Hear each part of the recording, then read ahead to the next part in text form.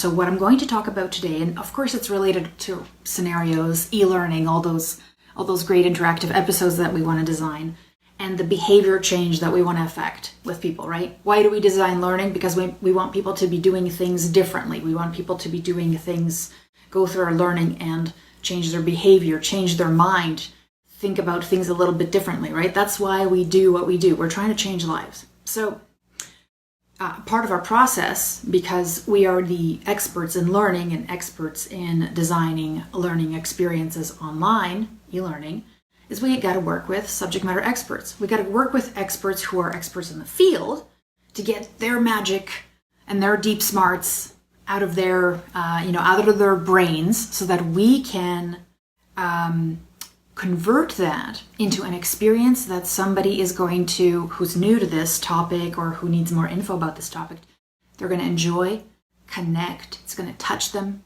It's going to affect them emotionally. It's going to motivate them to do something different, right? Those are all the things that we're going for. So, and if you're here, thanks so much for stopping by. Say hello when you get a chance. I'd love your comments. So, one of the things that a lot of my students and I personally have struggled with is, how do you get somebody who's not an expert in learning, not an expert in designing stories or scenarios, how do you get that person to tell you all the juicy details that are in their head in the right way, so that when you get it, it's not like a giant pile of stuff that you still have to sift through to try and find a story?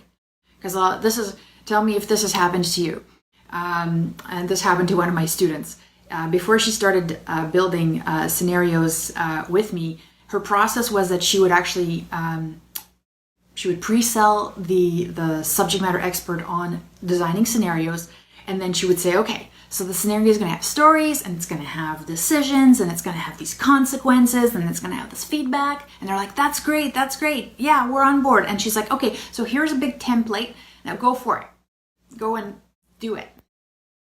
And they're like, wait a minute, I thought you were going to do this. I thought you were going to, they're like, I don't know how to do this. I don't know what kind of stories to come up with for you. I don't write this stuff. I don't know what to do with consequences. See, that's a challenge. You live in that world. For you, it's easy, right? For you, it's like, yeah, of course, I write a question and then I write options and then it flows. These people don't live in that world. They don't write questions for a living. Heck, there's a lot of instructional designers who suck at writing questions. So imagine somebody who's like an expert engineer or a salesperson. Now all of a sudden you're asking them to do this stuff and they're like, I have no idea. So what you really are trying to get to is this interactive experience that has story embedded in it. The story makes people engage. The story makes people connect with your message. It helps them see themselves in a certain way in the future, shows them the possibility of what's possible if they follow through on certain actions. But, how do you get that? Well, let me talk you through this awesome, and if you can see this and actually read this the right way, give me a thumbs up, because I keep on tweaking the displays, and then what happens is it actually shows it backwards, so you have to be Da Vinci and read it in front of a mirror. So here's kind of the process. So let me just walk you through, and I'm obviously oversimplifying this a little bit, but the idea is that in the very beginning, when you're doing your research, when you're trying to come up with your scenario, you are actually talking to more than one person. You're actually talking to not just a subject matter expert. You're talking to practitioners in the field. People who are living that reality. And what happens is, because you've sourced so many of them and you have a framework for stories, you're talking to all of these different kinds of people to find, you're basically like taking the information from them in a structured way, and you're kind of focusing it through this kind of like a funnel. You are the funnel. You basically are the funnel. So what's happening is, from all these people, you're pulling out things like what their struggle is for doing the best job. What are those things? What are some of the emotions attached to that struggle? Like, what's happening that makes them mess up? What's happening that, that holds them back? What are some beliefs? What are some things that they believe? What motivates them to keep going? What are some stories where people are like, yeah, I went for it, and you're like, why? What made you go for it? And sometimes the things that we discover are pretty awesome, pretty crazy, things we wouldn't think of ourselves. That's why you got to talk to other human beings, because their perspectives are amazing. And then things like, what are the flaws? You don't ask them what their flaws are, but you can probably figure it out, like, oh, I'm too stubborn, or I got an ego, or whatever it is, or I'm too, once I commit to something, I don't want to change my mind, and then I don't want to look like a fool in front of other people. All those little details that help you craft a great story about why somebody's not doing the job they should be doing, why they're not performing at a level they should be performing, all those things, right? Super awesome. And also the goals. The other thing is, when you talk to all these people, everybody's going to have a different motivation. Everybody's going to want to do it for different reasons. It's not always money. It's not always prestige. It's not always vacation, although those are great things, and a lot of people are motivated by them. Sometimes it's that they get to go home and feel good, like they did a great job. Sometimes it's the high five across the cooler. You got to find out what those things are. And then, this is what's the awesome part. You talk to all these people, right? And it doesn't mean you get like 6 stories or something. No. You are choosing, because you know the story framework, you are choosing what is the best. What is the best of these stories? What are the best little elements? The motivation is this, and the reason they did it is because of this. And those are all the things that need to, like, what you're doing is you're almost curating the best. So you can say, this scenario is based on a true story, but it's not one person's story. It's you're choosing from all of these people's, ideas and struggles and emotions, and you're picking the stuff that will help you create an awesome story framework. So then you're like, Anna, yeah, okay, but how do I organize all this stuff? They could still all give me kind of jumble. That's the awesomeness of this. Because you're working towards this story framework, when you have conversations with these awesome people over here, it's not random. It's not random, friends.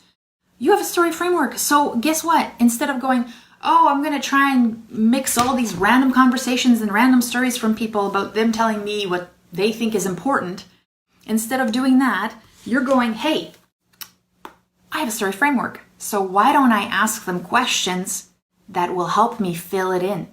So I'm not making this stuff up when I come here. I already got it ready. That's what's beautiful, right? So I hope that helps and makes sense. Now, let me just get a little bit deeper into this before I let you go off on your weekend. All right, so this really is what happens in learning, right? Like, we got somebody here, I don't know, they could already be doing okay. And you're trying to get them to a different state. Hopefully it's a greater, better place, right?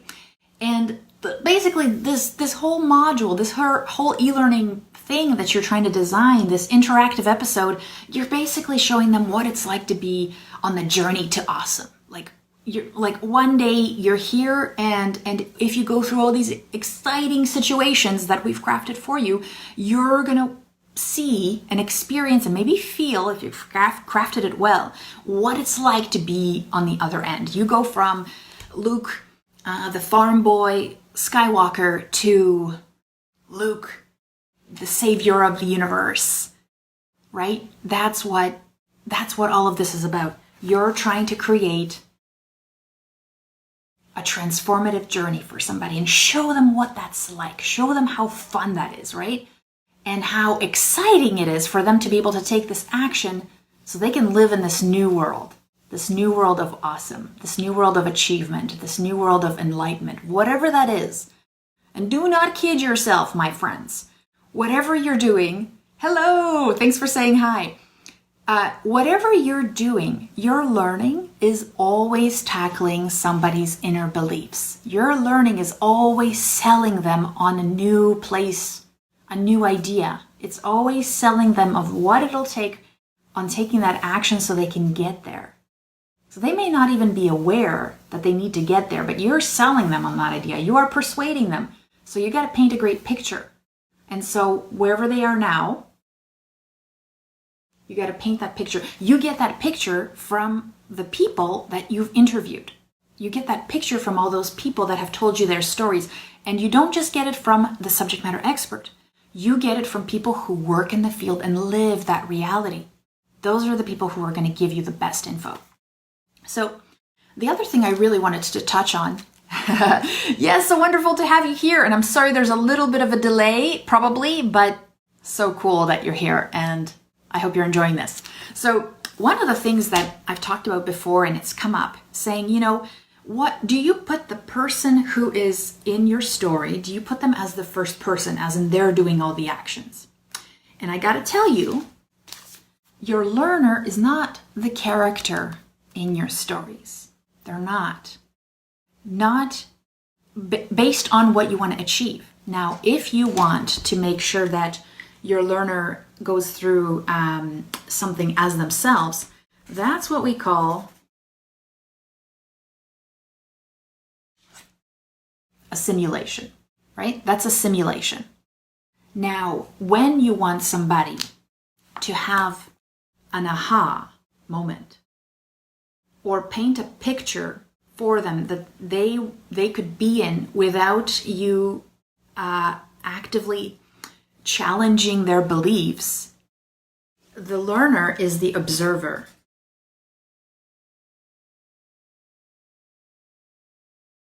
In your scenarios. So the learner is the person who watches a scene and decides how it's going to go.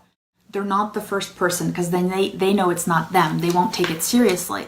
But if they're watching that story through another character, what you have to decide is where you're going to take that character. And there gives you more power, because then that person can have flaws that the learner won't say, well, those are not my flaws. They're not. They're that character's.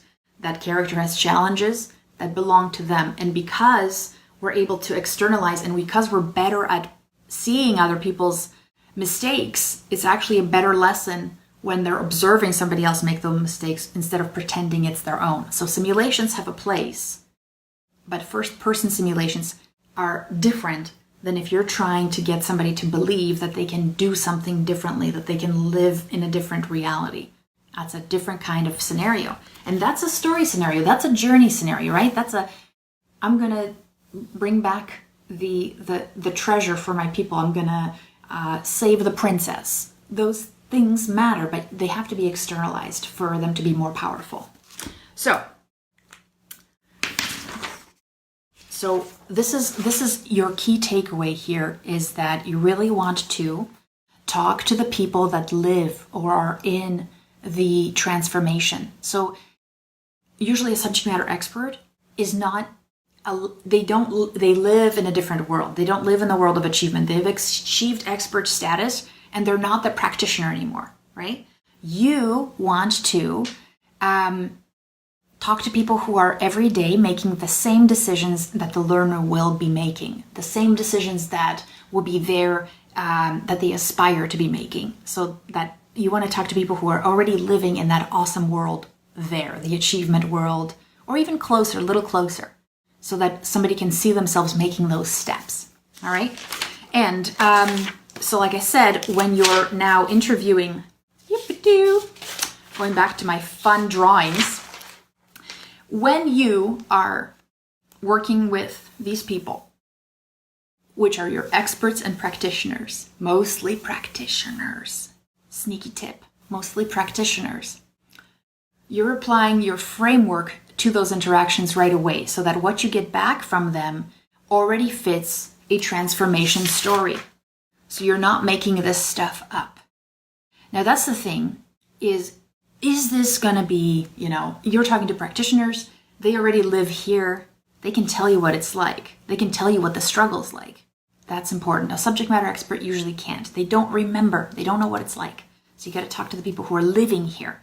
That's your best case scenario. Now, one of the things that's happening now is, we think that doing this, just, I have a framework, I have all these things. Am I telling you this is going to be easy? No. The truth, my friends, is that I can still give you the framework. And the thing is a lot of people, they have two strikes against them. Not only do they think that it's hard, or that it shouldn't be so hard, but also they have the wrong approach, right? So they keep on trying to get basically blood from a stone. You're talking to a person who's never going to be able to give you the stories you need.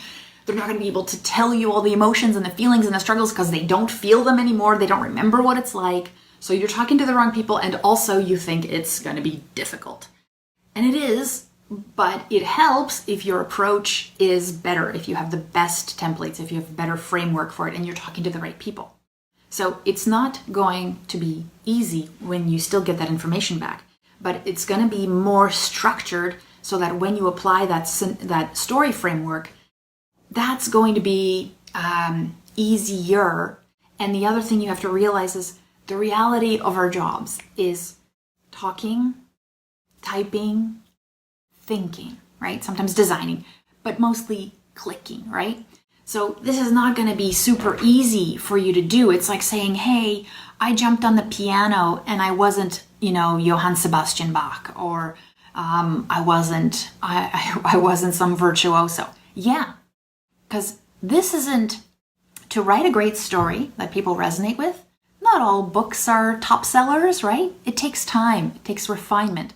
So you can't tell yourself that it's going to be hard, because that's going to set you up to look at this as an arduous task. You have to tell yourself that this is something that you have to iterate on to get better at. And is it going to be one day like super easy? Probably not, because I've looked at the work that writers do, directors do. They still bang their head against the wall every day, but now they have a structure that they follow to get this. They're like, okay, these are the elements that are necessary. I just need to keep on refining it, stepping away, thinking about it, coming back, so that it becomes the story and the experience that somebody would enjoy. And nothing that is enjoyable would ever, always takes time, right? These good things always take time. I could show you the framework for creating a perfect picture and painting, but it will take time for you to get good with elements so that you can start painting a great picture. And that's exactly how this works with these scenario stories, these interactive stories. You gotta have all these elements that you're pulling in, you have the framework, and then you still have to do that work of that refinement and percolation. So exactly, telling great story, it is a matter of methodology and craft, right? Those two things need to be combined. That's a great statement. Is it takes time to refine that craft as well. So if you're starting out with this and you're like, oh, Anna, this is so hard, it's going to take time. I don't want to tell you that if you have a checklist and you can just check this off, because that would be kind of a boring story, right? But there's a formula, but it is a methodology, but you still have to take time to do it. And it's actually cool. It's the part where you get to be creative and you get to refine ideas. Why not, right? Super fun. So I hope that helped you a little bit and this was useful, because I think a lot of people, this process is already quite, takes work. It takes work. But if you start with some good material, that helps a lot. So what I'm saying is your starting material cannot be just a subject matter expert. It has to be people who are living that reality and they give you the right info, and then it's easier, right? Because you have the right information, you have the right creative soil to start working in, and that'll be better. So I hope you have a fabulous weekend. If you have any questions about this or anything else, it's absolutely wonderful if you post those questions under the video, and I'll be shooting a live very, very soon. I shoot these very often. Sometimes I have projects, so I gotta focus on those, but when I don't, I love talking here. So hopefully see you next time. And thank you so much for stopping by and your questions. That's just absolutely wonderful. Have a wonderful rest of the week. Yes, take care. Bye, friends.